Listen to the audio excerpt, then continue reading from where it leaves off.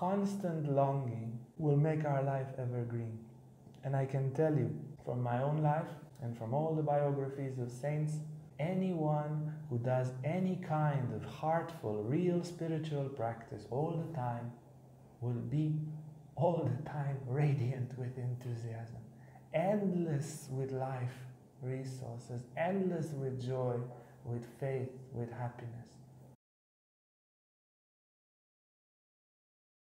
We will speak today about the state of full-time spirituality, full-time spiritual practice, full-time spiritual yearning, a state which is, let's say, the fundament of spiritual success, of spiritual accomplishment in all tradition, and we will touch it from the perspective of Psalm 1 and the perspective of one initiatic text called Sundara Lahari, a text of Shankaracharya from the 8th century, which is not so old, 8th century, considering the Psalms are probably 3,000 years old. So one fresh text and one very old one.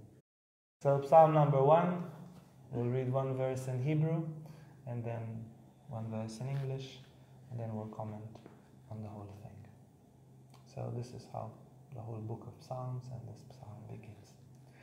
אשרי האיש אשר לא הלך בעצת רשעים, ובדרך חטאים לא עמד, ובמושב לצים לא ישב.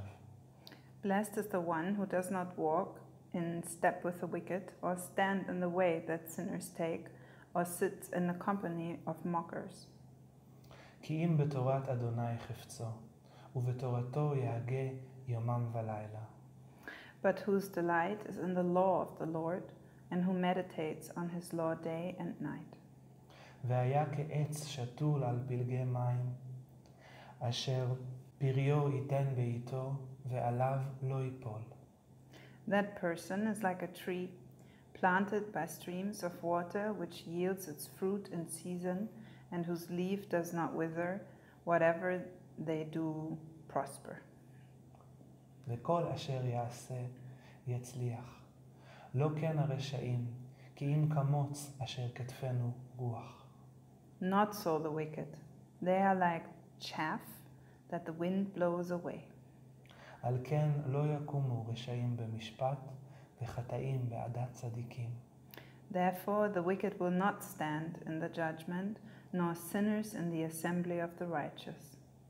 כי יודע אדוני דרך צדיקים, ודרך רשעים תאבד.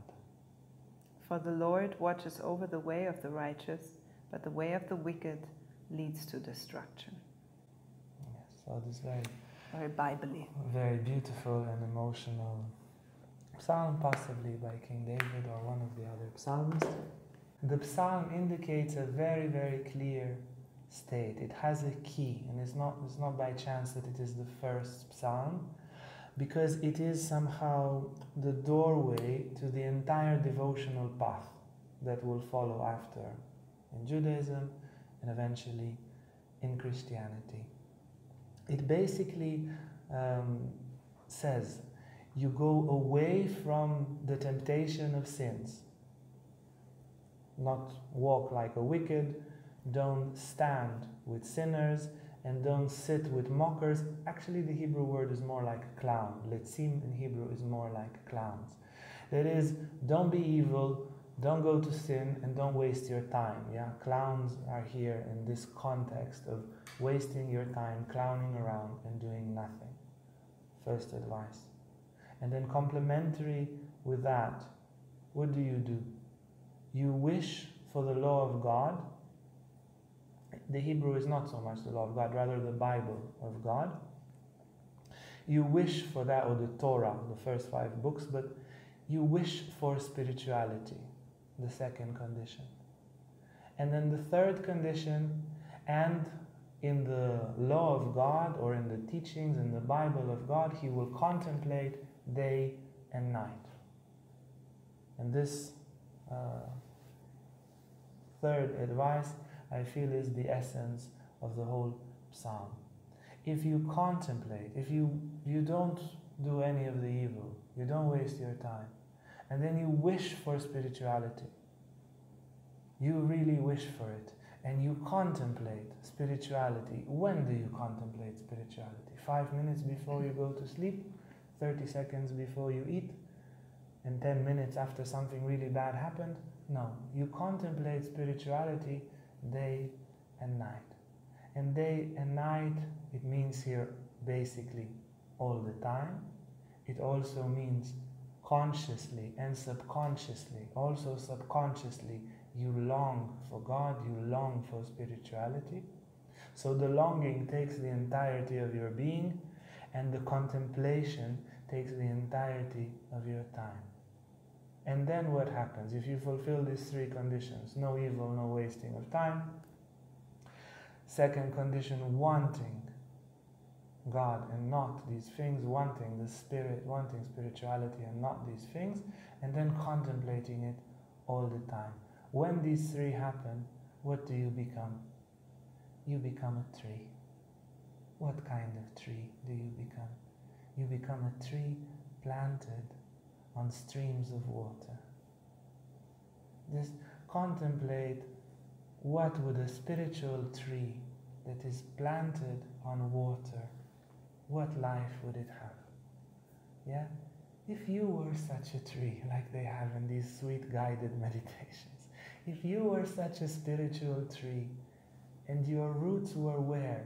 Not in the earth where it rains and then doesn't rain 3 months and you're drying and dead and your leaves want water and you can't and they all fall.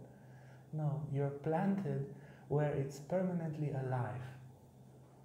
So the universe and the spirit will feed you all the time when you feed the spirit all the time, when you want the spirit and contemplate the spirit all the time.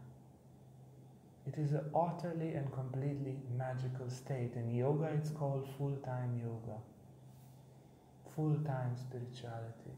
In the prayer of the heart, for those Christians who were doing it, that's what they would do. They would do it all day, and after some time of practice, some months, some years, they would recite it in their sleep continuously. One prayer. And that was enough. You understand? You can get enlightened with one simple method if you do it all the time. The great poet Michael Naimi, who was the best friend and biographer of Khalil Gibran, he wrote in the book of Mirdat, the disciples asked the master, how should we pray? How should we meditate? He says, the prayers you have are good, the meditations you have are good. What you need to do is to pray all the time. That's it. Now, the reward is that you become a tree planted on water that will give its fruit in its time. What is the fruit, my dears? If you stay there on the waters of spirit for so long and you are fed all the time, what fruit will you receive? That fruit, the supreme fruit. It is inevitable. It is inevitable. If you put salt and water long enough, it will dissolve. If you put a tree in water long enough, it will have a fruit you can't even imagine.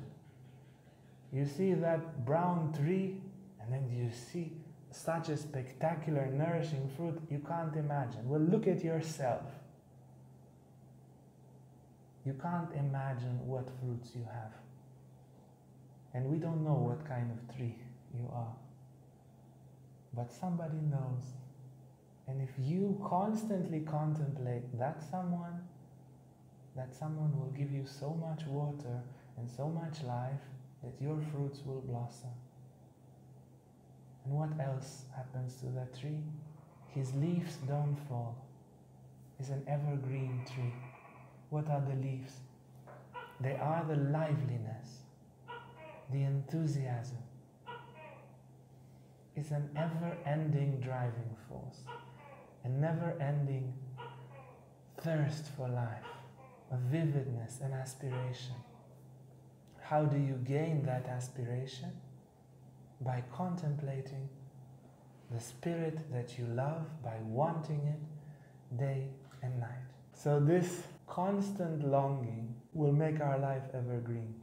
And I can tell you, from my own life, and from all the biographies of saints and from all the saintly beings that I had the privilege of being in contact with, anyone who does any kind of heartful, real spiritual practice all the time will be all the time radiant with enthusiasm, endless with life resources, endless with joy, with faith, with happiness.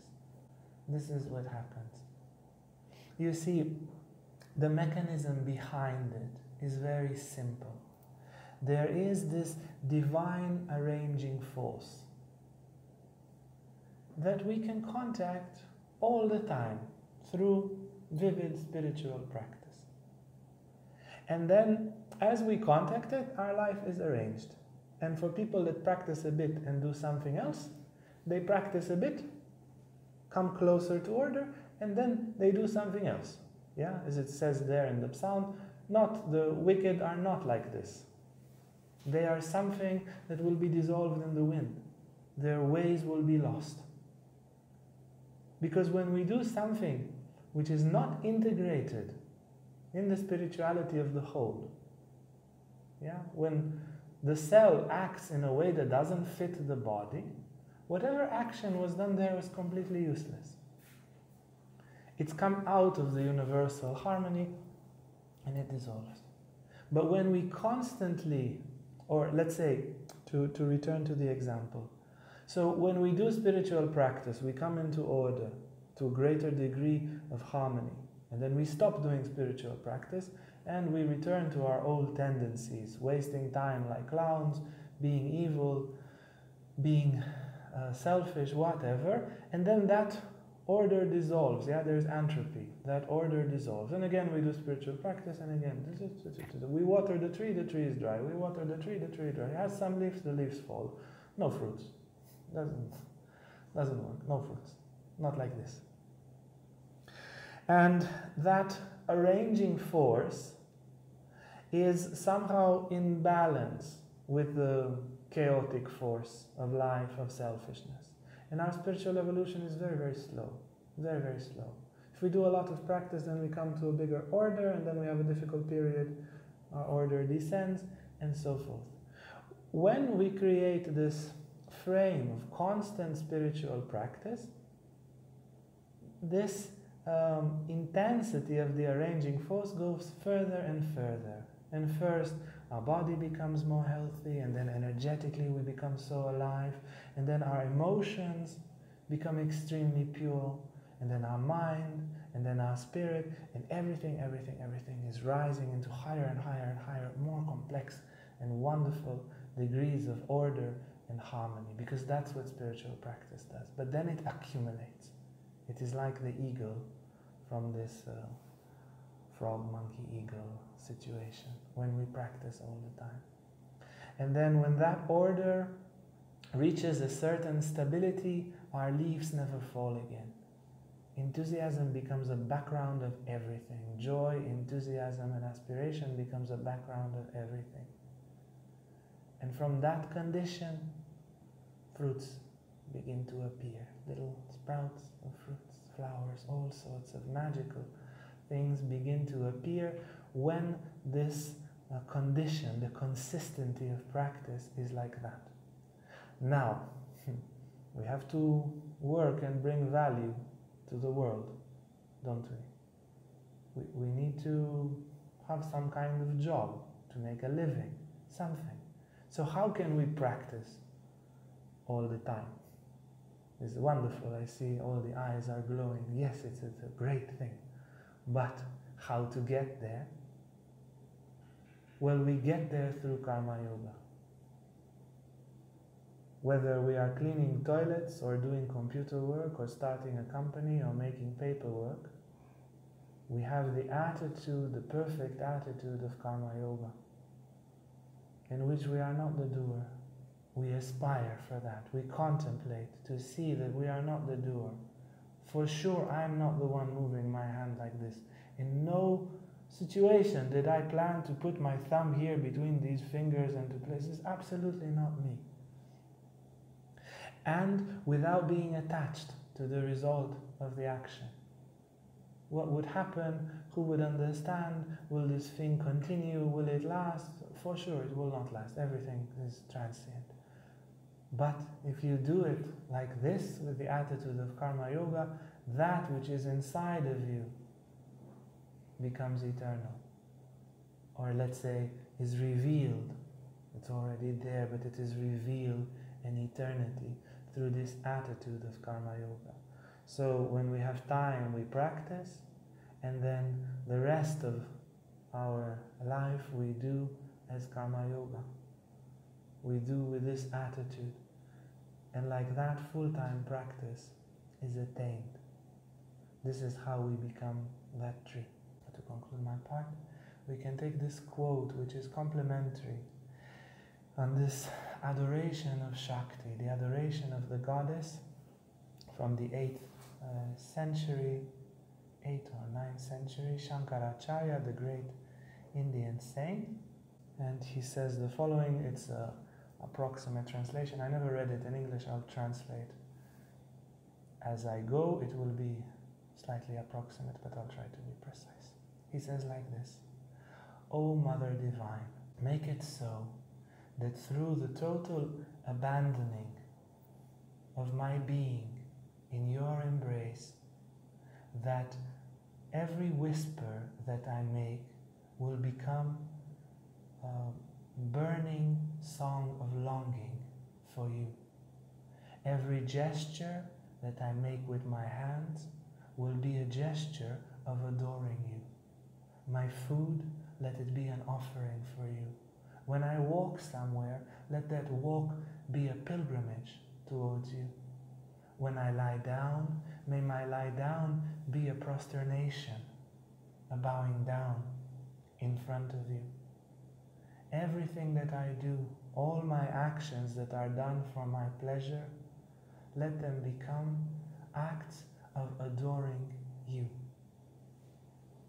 Yeah, it is exactly the same. This is the attitude that Shankaracharya describes, is the same attitude of Psalm number 1. Everything, let it be an act of adoring the Spirit. And like that, our roots will be in eternal water, our leaves will never fall, and in the right time, the fruit of spiritual realization will appear.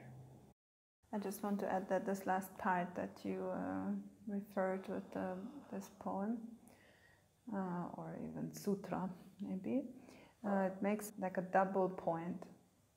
One direction is whenever you can, do your spiritual practice, whatever your spiritual practice may be, depending on your tradition, depending on your path, your background.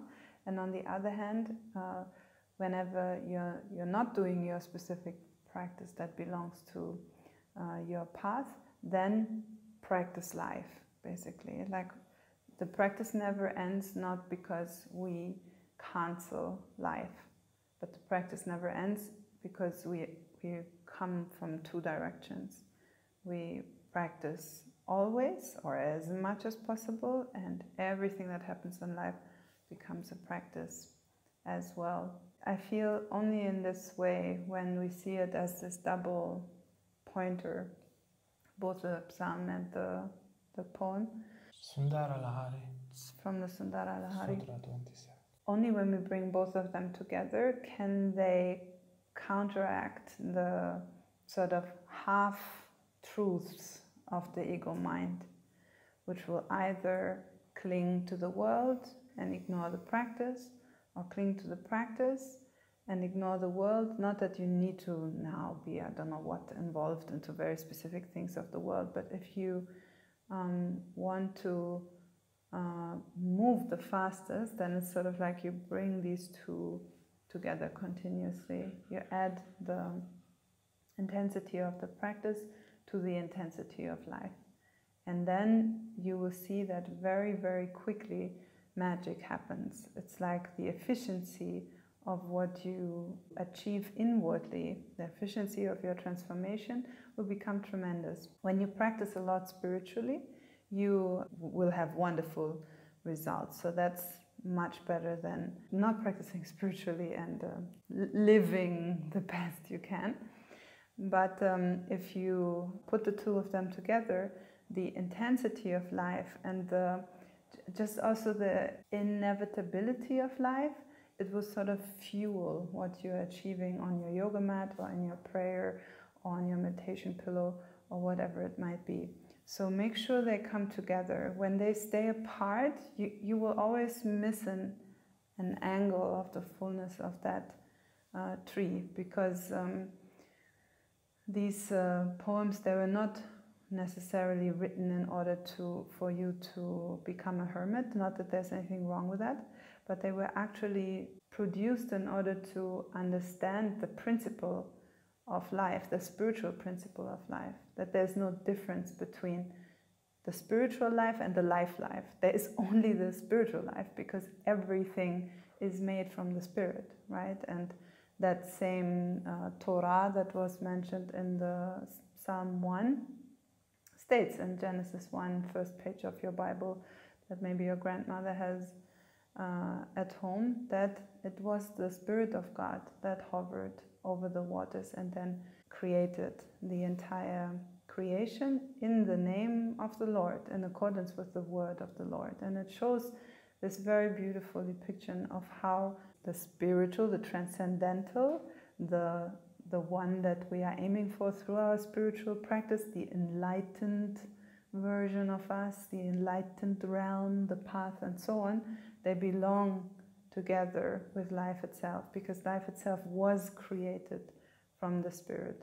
And if you want to practice the real Karma Yoga, then they need to come together. It cannot just be I avoid life by all means and pretend that the only thing that ever exists is practice. And also it cannot be I only ever am interested in all sorts of banal, worldly, lively things without ever considering their spiritual nature, which is something that awakens when I do my proper spiritual practice. So that's what I wanted to add. Hey guys, if you like this video, make sure to like and subscribe to our YouTube channel for more content on spirituality, Tantra and more. And if you want to sign up for our online classes or for our retreats, you can see our website on the description below.